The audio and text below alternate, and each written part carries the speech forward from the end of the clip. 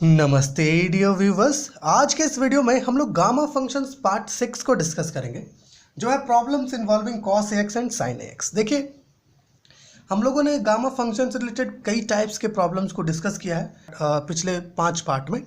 अगर आपने उन वीडियोस को नहीं देखा है तो देखिए, लिंक नीचे डिस्क्रिप्शन में मिल जाएगा। अब ये जो प्रॉब्लम्स आज हम लोग लेने वाले हैं, ये बहुत रेयरली आपको मिलेगा, बहुत रेयरली देखने को मिलता है इस तरह का क्वेश्चंस। तो इस तरह के क्वेश्चन को कैसे सॉल्व करते हैं, वहाँ चलने से पहले इसके पीछे की कहानी मतलब वर्किंग रूल को समझ लेते हैं।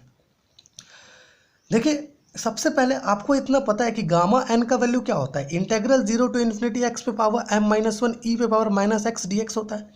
अब इन दोनों क्वेश्चन को इससे कंपेयर कीजिए। क्या देखने को मिल रहा है आपको? देखने को आपको ये मिल रहा होगा कि cos x और sin x, ठीक है ना, किसके जगह पर है? e पे पावर -x की जगह पर है ना।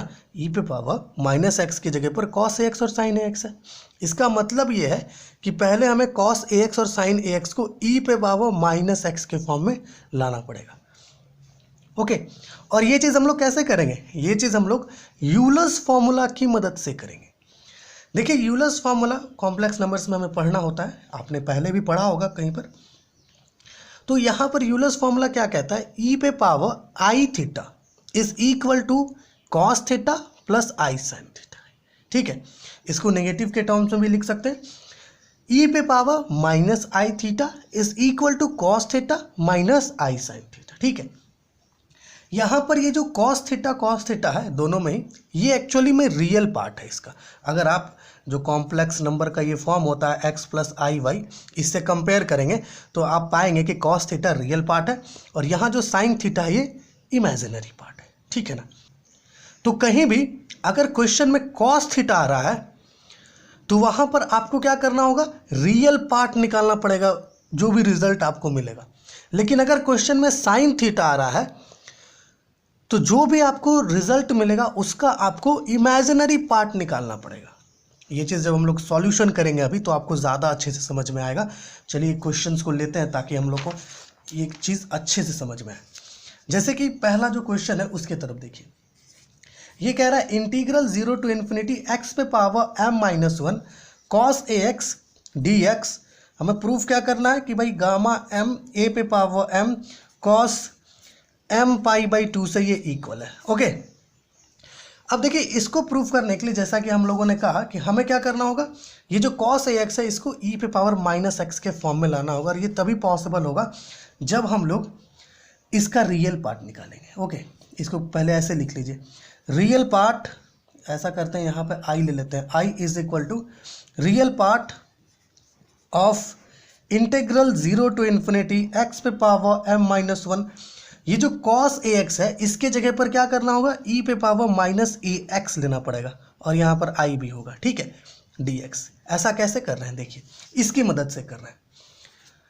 हर बार हम लोग e पे पावर -आई थीटा को ही यूज़ करेंगे। ऐसा इसलिए क्योंकि e पे पावर अगर आई थीटा यूज़ करते हैं तो हमें नेगेटिव नहीं मिल पाएगा, हमें नेगेटिव भी तो चाहिए, e पे पावर -x। ओके, तो इसलिए हम लोग e पे पावर आई थीटा यूज़ कर रहे हैं। और क्योंकि यहाँ पर cos ax है सबसे पहले वाले क्वेश्चन में, इसलिए हम लोग उसका रियल पार्ट ले रहे हैं, real part of the given integral. इस इंटीग्रल का हमें रियल पार्ट चाहिए। अब जो है आसानी से हम लोग इसको, जो पहले सब्स्टिट्यूशंस करते थे हम लोग, उसी के हेल्प से इसको सॉल्व कर सकते हैं। समझ में आ रहा है हम लोग इसको कैसे ले रहे हैं? जो cos ax है इसको पहले कन्वर्ट करना होगा e पे पावर -x के फॉर्म में। उसके लिए हम लोगों ने क्या किया, ये जो cos ax है, ठीक है, हम लोगों ने क्या किया कि cos ax की जगह पर e पे पावर -आई थीटा ले लिया। मतलब थीटा का रोल यहाँ पर थीटा का रोल ax प्ले कर रहा है, तो इसलिए हम लोग e पे पावर -ax ले लिए। और जब भी cos थीटा हो तो हमें रियल पार्ट निकालना पड़ता है उस इंटीग्रल का। ठीक है, अब चलिए आगे बढ़ते हैं।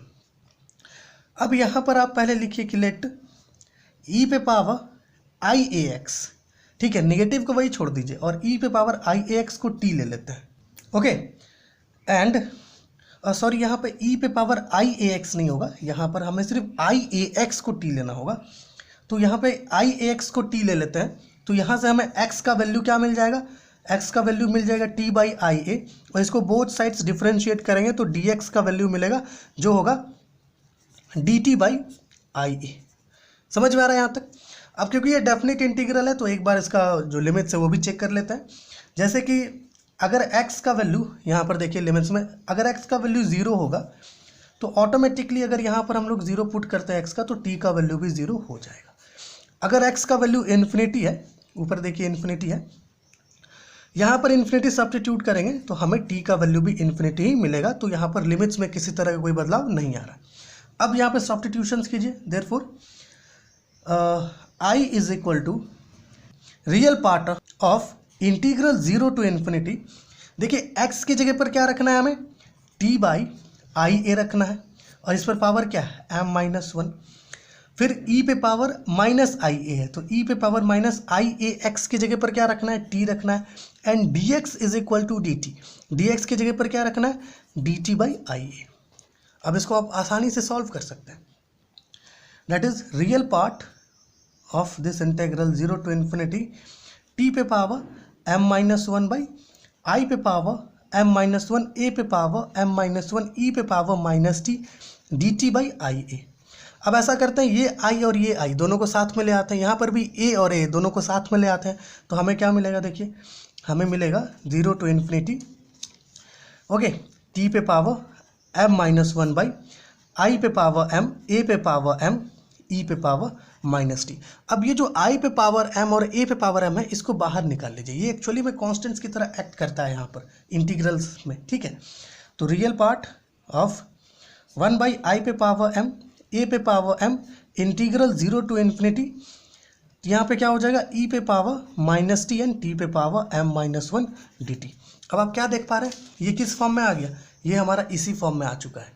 तो ये किससे इक्वल होगा, इसका वैल्यू, ये पूरा इंटीग्रल का वैल्यू इक्वल होगा गामा m से। तो यहाँ पर क्या हो जाएगा, real part of gamma m by A पे पावर m, आई पे पावर m। इसको कुछ ऐसे लिखिए, real part of gamma m by A पे पावर m, आई पे पावर। अब देखिए यहाँ पर इसको ऊपर ले जाएंगे न्यूमरेटर में तो यहाँ पे क्या हो जाएगा, ये नेगेटिव m आ जाएगा, ठीक है।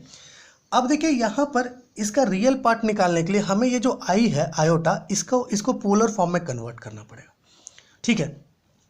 अगर आप इस आयोटा को पोलर फॉर्म में कन्वर्ट करते हैं, ये जो आयोटा है इसको पोलर फॉर्म में कन्वर्ट करेंगे तो आपको इसका वैल्यू मिलेगा कॉस π/2 प्लस आई साइन π/2 मिलेगा इसका वैल्यू, ठीक है। तो क्या करते हैं, आई का जो पोलर फॉर्म आ रहा है इसको यहाँ पर सब्स्टिट्यूट करते हैं, ठीक है। आप निकाल के देख सकते हैं, पोलर फॉर्म आपको यही मिलेगा, ठीक है। तो देखिए इसको यहाँ पर सब्स्टिट्यूट करते हैं हम लोग, तो देखिए हम लोगों को क्या मिलेगा, यहाँ पर हम लोगों को मिलेगा i is equal to real part of gamma m by A पे पावर m। यहाँ पे क्या हो जाएगा, कॉस π/2 आयोटा के जगह पर रख रहे हैं इसका polar form, plus I sine π/2 पे पावर माइनस m, ओके। देखिए यहाँ पर real part of gamma m by A पे पावर m। अब डिमोवियस थ्योरम के हेल्प से ये जो पावर है माइनस m इसको नीचे उतार लेंगे तो यहाँ पर क्या हो जाएगा, cos negative m π/2 plus I sign negative m π/2, कुछ इस फॉर्म में आ जाएगा। देखिए यहाँ पर is equal to real part of gamma m by A पे पावर m। अब देखिए आपको पता है ना कि कॉस नेगेटिव थीटा जो है ये कॉस थीटा से इक्वल होता है, तो ये यहाँ पर क्या हो जाएगा, कॉस m π/2 हो जाएगा और ये नेगेटिव बाहर आ जाएगा, साइन m π/2, कुछ इस फॉर्म में। अब हमें क्या चाहिए, इसका रियल पार्ट चाहिए। तो इसका अगर आप यहाँ पर इन दोनों को गामा m बाई ए पे पावर m से मल्टीप्लाई करेंगे तो आपको जो रियल पार्ट मिलेगा इसका वो होगा गामा m बाई ए पे पावर m कॉस m π/2 मिलेगा। तो ये हो गया रिक्वायर्ड इंटीग्रल। देखिए सबसे पहले में हमें क्या प्रूव करना था, गामा m बाई ए पे पावर m कॉस m π/2, वही चीज़ हमें मिल रहा है। तो देख पा रहे हैं इसका प्रोसेस क्या है। हम लोगों को कहीं पर भी अगर इस तरह का क्वेश्चन हो तो यहाँ पर हमें करना क्या होगा, सबसे पहले ये जो cos ax है इसको आप कन्वर्ट कीजिए e पे पावर माइनस m के फॉर्म में, और ये कन्वर्जन कैसे करेंगे, यूलर्स फार्मूला के हेल्प से, ठीक है। कहीं पर भी cos ax है तो वहाँ पर हमें रियल पार्ट निकालना है, ठीक है। और कहीं पर भी अगर क्वेश्चन में sin ax आता है तो हमें इमेजिनरी पार्ट निकालना होता है इंटीग्रल का, ठीक है। तो आशा है आपको ये चीज़ समझ में आ रहा होगा, ये जो प्रोसेस है जो हम लोगों ने प्रोसेस यूज़ किया है वो समझ में आ रहा होगा। बस जनरली आपको समझना यहाँ तक है, कैसे सब्स्टिट्यूशन हुआ, कैसे रियल पार्ट लिया गया। ठीक है, रियल पार्ट कब लेंगे, जब cos ax रहेगा। अगर sin ax रहेगा तो इमेजनरी पार्ट लेंगे इंटीग्रल का। और cos ax और sin ax की जगह पर e पे पावर -m कैसे लाना, ये समझ गए आप। और बाद बाकी तो सारा प्रोसेस बिल्कुल सेम है। यहाँ पर जब i आएगा तो i को क्या करना है, पोलर फॉर्म में कन्वर्ट करना है। ठीक है, आयोटा का, और उसका पोलर फॉर्म जो है जनरली यही होता है, तो आपको इसको याद रखना है, हर बार इसी को सब्स्टिट्यूट कीजिए यहाँ पर। ठीक है, उसके बाद क्या कर रहे हैं हम लोग, -m जो है उसको डी मोवियस थ्योरम के हेल्प से नीचे ले आ रहे हैं, फिर उसको थोड़ा सा सॉल्व कर रहे हैं तो रिजल्ट मिल जा रहा है। अब देखिए क्वेश्चन नंबर 2 जो है हमारे पास, इसको थोड़ा सा देखिए। ये जो क्वेश्चन है इसको बस हल्का सा हम लोग सॉल्व कर देते हैं, उसके बाद जो है आपके लिए होमवर्क रहेगा। ठीक है, क्वेश्चन नंबर 2 में इंटीग्रल 0 to ∞ x पे power m-1 sin ax dx है। ठीक है, ये है क्वेश्चन। देखिए पहले वाले में cos ax था, इस वाले में sin ax है, तो sin ax की जगह पर हमें क्या करना होगा, e पे पावर -x लाना पड़ेगा, तभी कुछ पॉसिबल होगा। ठीक है, तो इसके लिए हमें देखिए कहीं पर भी अगर sin ax हो तो आपको गिवन इंटीग्रल का इमेजिनरी पार्ट निकालना होता है। तो इसको आपको कुछ ऐसे लिखना होगा, i = negative imaginary part integral 0 to ∞ x पे पावर m-1 sin ax की जगह पर क्या रखना होगा, e पे पावर -iax dx रखना होगा। अब सबसे पहली बात है कि यहाँ पर इमेजिनरी पार्ट तो लिए, लेकिन नेगेटिव क्यों आया।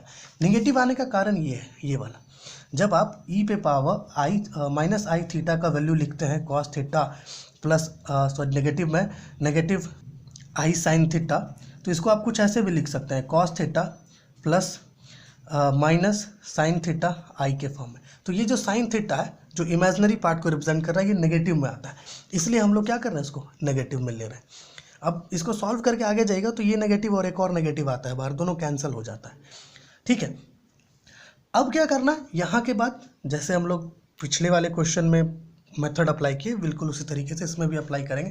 क्या करेंगे, लिखेंगे कि लेट i(a)x को t ले लेते हैं, और यहाँ पर x का वैल्यू क्या आ जाएगा, t/ia, इसको बोथ साइड्स डिफ्रेंशिएट कर देंगे तो dx का वैल्यू मिल जाएगा, दैट इज dt/ia। ओके, अब इन वैल्यूज़ को इसमें रख देना है, लेकिन उससे पहले एक बार लिमिट्स को चेक कर लेना ज़रूरी है। अगर x का वैल्यू 0 है तो इस केस में t का वैल्यू भी 0 होगा, यहाँ पर रख करके देखिए। उसी तरीके से अगर x का वैल्यू इन्फिनिटी है, यहाँ पर रख करके देखिए, तो t का वैल्यू आपको इन्फिनिटी ही मिलेगा। अब क्या करना है, इन वैल्यूज़ को इसमें सब्स्टिट्यूट कीजिए, तो क्या मिलेगा, इंटीग्रल i का value i imaginary part integral 0 to ∞, x का वैल्यू क्या है, t/ia पे पावर m-1, ओके, e पे पावर -t, dt dx की जगह पर dt/ia रखना है। इसको थोड़ा सा और सॉल्व करते हैं, minus imaginary part integral 0 to ∞ t पे पावर m-1 i पे पावर m-1 a पे पावर m-1 e पे पावर -t dt/ia। अब अगर आप गौर से देखिएगा, इसके पहले जो हम लोगों ने सॉल्यूशन किया था उसमें भी ये चीज़ आया था और इसमें भी ये चीज़ आ रहा है, तो क्या करना है, जैसे पहले किए थे वैसे इसको भी कीजिए। ठीक है, बस लास्ट में हम लोगों ने यहाँ पर क्या किया था, इसका जो रियल पार्ट था वो चूज़ किया था, लेकिन इस केस में क्या करेंगे, इसका जो इमेजिनरी पार्ट होगा वो चूज़ करेंगे। ठीक है ना, तो देखिए यहाँ पर जो है ये क्वेश्चन नंबर 2 को आप आगे कंटिन्यू करिए। ठीक है, तो ये हमारा था gamma functions part 6। Okay, problems involving cos ax and sin ax। Generally आपको क्या करना होता है, यहाँ पर ये जो cos ax और sin ax है, इसको पहले e पे पावर -x के फॉर्म में लाने का कोशिश करना होता है। ठीक है ना, और कहीं पर भी अगर cos x रहे, ठीक है, तो उस केस में रियल पार्ट निकाला जाता है, ध्यान रखिएगा। अगर कहीं पर sin ax रहे तो उस केस में इमेजिनरी पार्ट निकाला जाता है। ठीक है ना, तो चलिए ये हो गया गामा फंक्शंस का, हमारा जो पूरा टॉपिक था गामा फंक्शंस वो कंप्लीट हो चुका है। अब हम लोग बीटा फंक्शंस को स्टार्ट करेंगे, तो चलिए आपसे नेक्स्ट वीडियो में मिलते हैं जहाँ पर हम लोग बीटा फंक्शंस को डिस्कस करेंगे।